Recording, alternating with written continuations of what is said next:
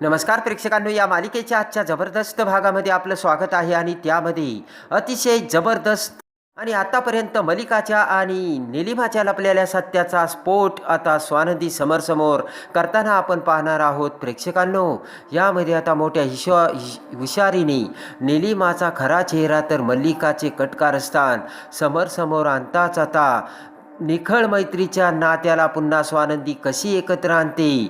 धावत पळत अश्रूंच्या धारा वाहत आता समर हा कसा आनंदची माफी मागतो आणि मोठ्या सन्मानाने पुन्हा कसा आनंदला राजवाड्यांच्या घरी घेऊन येतो. प्रेक्षकांनो, हे सगळं या व्हिडिओमध्ये आपण बघूयात. चला तर व्हिडिओला सुरुवात करूयात. त्यामध्ये आता आजी समरला म्हणते की पिंट्या, अरे मला ना बागेत जावंसं वाटतंय. समर म्हणतो, आजी अगं तुझा हात फ्रॅक्चर झालाय, पाय लंगडतोय आणि तुला हे सुचतंय. समर म्हणतो, हे बघ आजी, तुला आता आराम कर आणि तू आत्ता आराम केला ना त्यानंतर तुला काय फिरायचं ना तेवढं फिर. समर म्हणतो, हे बघ आजी, आता बाहेर खूप ऊन आहे, उन्हात जायचं नाही. हवं तर संध्याकाळी मी तुझ्यासोबत बागेत येईन. समर म्हणतो, चल आजी, तुला आराम करायचा ना. आणि आजीला घेऊन समर आता सोप्यावर बसवतो आणि तेवढ्या तिकडे आता स्वानंदी निलिमाला घेऊन तिथे येते. आजी म्हणते की नंदू बघ ना गं, पिंट्या मला बाहेर जाऊ देत नाही आहे चालायला. स्वानंदी म्हणते की आजी, आपण बाहेर जाऊयात, त्या अगोदर माझं खूप महत्त्वाचं काम आहे. समर म्हणतो, कसलं काम आणि एवढ्या सकाळी सकाळी कुठे गेला होता तुम्ही? समर म्हणतो, झालं का तुमचं काम? स्वानंदी म्हणते की हो झालं ना माझं काम आणि तेच मला दाखवायचं आहे आता सगळ्यांना. आणि स्वानंदी म्हणते की तुमच्याशी सुद्धा बोलायचं आहे. समर म्हणतो, माझ्याशी काय बोलायचं आहे? स्वानंदी म्हणते, मी सगळं सांगते त्या अगोदर आपण सगळ्यांना इथे बोलावून घेऊ. आणि स्वानंदी नारायणला हाक मारते. नारायण तिथे येताच आता स्वानंदी ही मलिका, अर्पिता आणि अंशुमन तिघांनाही बोलवायला आणायला सांगते. आणि मलिका, अंशुमन, अर्पिता तिथे येताच आता निलिमाकडे बघताच आता मलिका टचकते.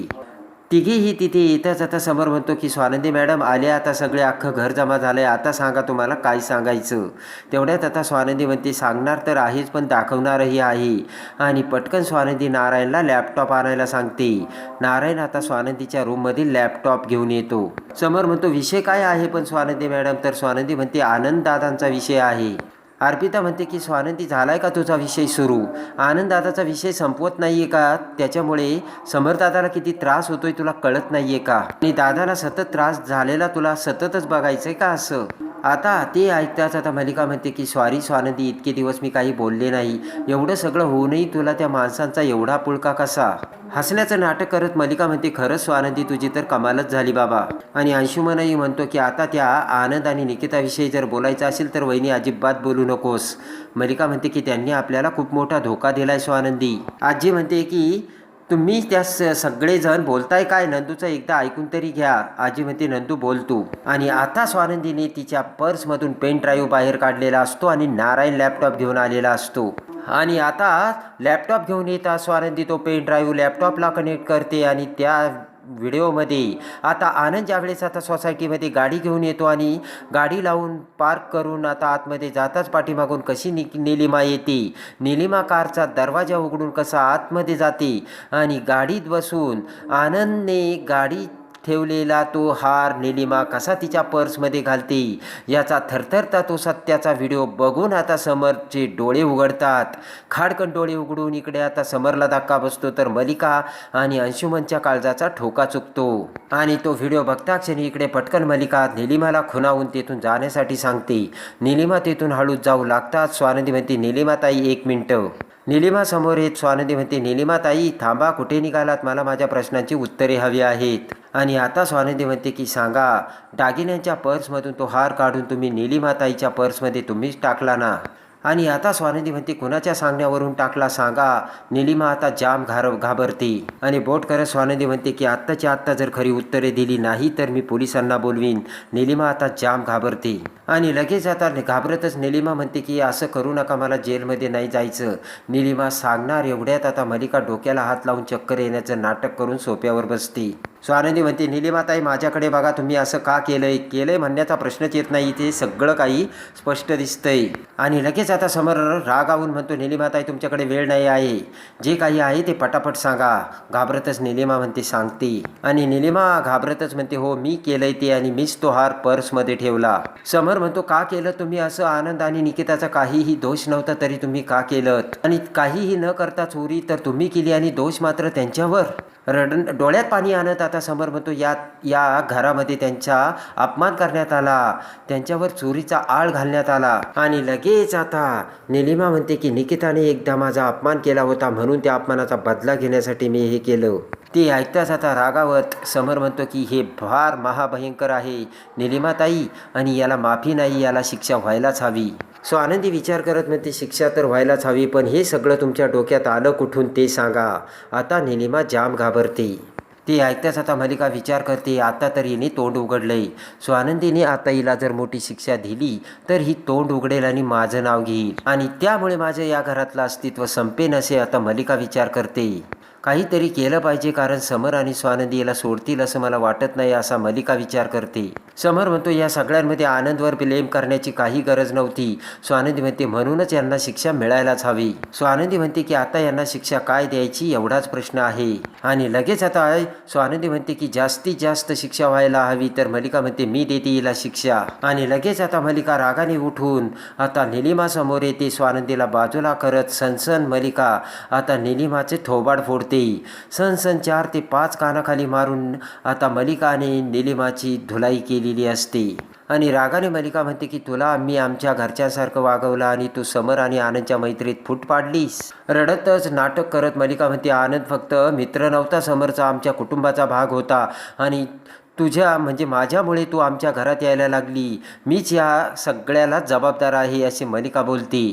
आणि आता डोक्याला हात लावत मलिका म्हणते तुला मैत्रीण म्हणून घ्यायला लाज वाटते मला, तू माझ्या मुलासारखा आहे आनंद, आणि तू चक्क त्याला आमच्यापासून दूर केलंस. आणि लगेच आता ओरडतच मलिका बोट करत म्हणते की तुझ्या इतकी नालायक बाई पाहिली नव्हती, आणि बस आता तुला फक्त एकच शिक्षा, आणि आजपासून तू या घरामध्ये पाऊल ठेवता कामा नये बस, असे म्हणत मलिका आता निलिमाला शिक्षा देते. आणि ते ऐकताच आता आजी म्हणते मलिका बस एवढंच. आजी म्हणते की हिने जर घरात पाऊल नाही ठेवलं तर आनंदला जे त्रास झाला जो तो भरून निघेल का. आणि आजी म्हणते हिच्यामुळे त्या सगळ्यांचा अपमान झाला, त्याचं काय मलिका. स्वानंदी म्हणते मुळात त्यांना अशी शिक्षा मिळायला हवी की यापुढे कुणाशी असं वागताना या 10 वेळेस नाही 100 वेळेस विचार करतील. आणि लगेच आता मलिका म्हणते की तुम्हाला काय वाटलं मी हिला असं सोडेन का. ओरडतच मलिका म्हणते नारायण माझा काळा हंटर घेऊन ये. आता मलिका म्हणते की जोपर्यंत तुझं तोंड काळं होत नाही तोपर्यंत तुला अक्कल येणार नाही. आता इकडे आनंद खूप बेचैन झालेला असतो. तेवढ्यात निकिता तिथे येते. आनंद म्हणतो की मला ना खूप ट्रेस आला आहे, निकिता जरा चहा देशील का. निकिता म्हणते अरे तुला ॲसिडिटी होईल. आनंद म्हणतो की एकतर ती फाईल करप्ट झाली होती, बड्या मुश्किलीने ती मिळवली, आता स्वानंदी वहिनी तो व्हिडिओ समरला दाखवील का, समोर सत्य येईल का, हे सगळ्या विचाराने मला प्रश्न पडला आहे आणि ट्रेस यायला लागला आहे निकिता. निलिमा म्हणते हे बघ आनंद तू एवढा टेन्शन घेऊ नकोस, तू अगोदर शांत हो, आणि तुझा ट्रेस दूर करायचे 101 रामबाण उपाय माझ्याकडे आहे, हे तुला दाखवते असे निकिता बोलते. हात जोडत आता इकडे निलिमा म्हणते की मलिका असं करू नको, मी तुमच्या सगळ्यांचे हात जोडून माफी मागते. आणि त्यानंतर आता मलिका ऐकायला तयार नसते. नारायणने आता काळा बुक्का कलर आणताक्षणी तो सगळा काळा बुक्काचा कलर आता मलिका ही निलिमाच्या चेहऱ्याला लावते, आणि निलिमाचा चेहरा काळा केलेला असतो. आणि निलिमाचा चेहरा काळा करता क्षणी बोट करत मलिका म्हणते की आता या घरात कधी पाऊल ठेवायचं नाही, आणि मला तुझा चेहरासुद्धा दाखवायचा नाही. आणि मलिका म्हणते तुझी आणि माझी मैत्री संपली, गेट आऊट. आणि आता खाली मान घालून निलिमा तिथून निघून जाता समरच्या डोळ्यात पाणी येऊन समर पटकन आतमध्ये जातो. आणि समर तिथून जाता क्षणी अंशुमन म्हणतो मॉम एकदम मस्त काम केलं, तिचं तोंड काळं केलं तू. अर्पिता म्हणते की यांच्यासोबत असंच झालं पाहिजे. आणि ते ऐकताच आजी म्हणते मलिकाचं काय कौतुक करताय, नंदूचं कौतुक करा. आणि आता रडतच मलिका म्हणते की खरं आहे स्वानंदी, फक्त तुझ्यामुळे समर आणि आनंद एकत्र येऊ शकतील. आणि आता ते ऐकताच इकडे आता समर वाऱ्याच्या वेगाने सायकल घेऊन आता आनंदच्या घरासमोर येतो आणि म्हणतो की आनंद माझ्याकडून खूप मोठी चूक घडली, आणि मी सुदाम्यासारख्या मैत्रीला मी गालबोट लावलं, मला माफ कर असे म्हणत आता समर हाय मोकलून रडू लागतो. तर खिडकी उघडून आता आनंद आणि स्वानंद निकिता आता समरकडे बघतात. आनंदला खूप आनंद झालेला असतो. तर इकडे आता मलिका अंशुमन अर्पिताचे 12 वाजलेले असतात. आणि इकडे आता अंशुमन म्हणतो मॉम आता काय करायचं. तर मलिका म्हणते की आनंद निर्दोष आहे हे समरला कळलंय. आता समर काय करतो हे आपण बघू आणि त्यानंतर काय करायचं हे ठरवू. तर आता इकडे स्वानंदीने समर आणि आनंदला मैत्रीच्या नात्याने पुन्हा आता एकदा जवळ आणलेलं असतं. तर आता सन्मानाने समर आता आनंदला घेऊन कसा पुन्हा राजवाड्यांच्या घरात येतो आणि आनंदला त्याची जागा कशी देतो हे बघण्यासाठी आणि या मालिकेच्या डेली अपडेटसाठी आपल्या चॅनलला लाईक करा, सबस्क्राईब करा.